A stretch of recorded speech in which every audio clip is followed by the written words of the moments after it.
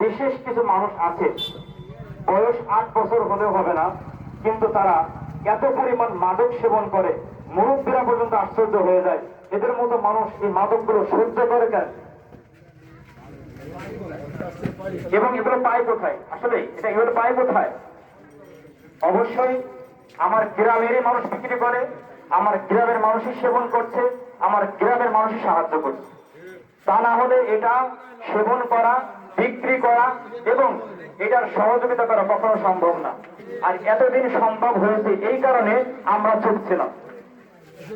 আমরা চুপ থাকার কারণে আমরা আমাদের ভুল বুঝতে পেরেছি যে আমরা চুপ থাকার কারণে আমার সমাজ ধ্বংস হয়ে গেছে।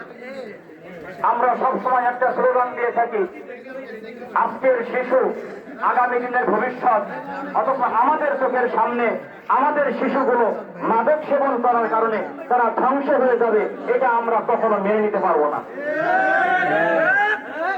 আমাদের সামনে আমাদের সন্তান নষ্ট হয়ে যাবে, এটা আমরা কখনো মানতে পারবো না। আমরা চাই আমাদের সমাজ সুষ্ঠুভাবে গড়ে উঠুক। আমরা চাই এখন বর্তমানে যে বাচ্চাগুলো বেড়ে উঠছে তারা সুশিক্ষায় শিক্ষিত হয়ে সমাজ গঠন করুক।